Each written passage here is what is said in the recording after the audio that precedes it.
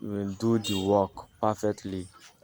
My crankshaft is failing and I need this engine to survive until July 15th for a full rebuild. The goal is to keep this knocking engine alive.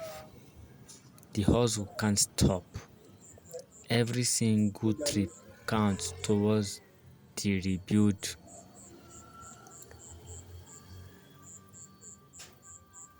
I am doing an emergency heavy oil change to cushion this bearing.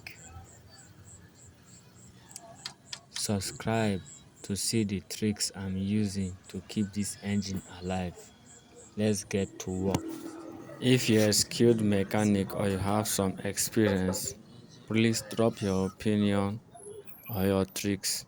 And if you also have some advice,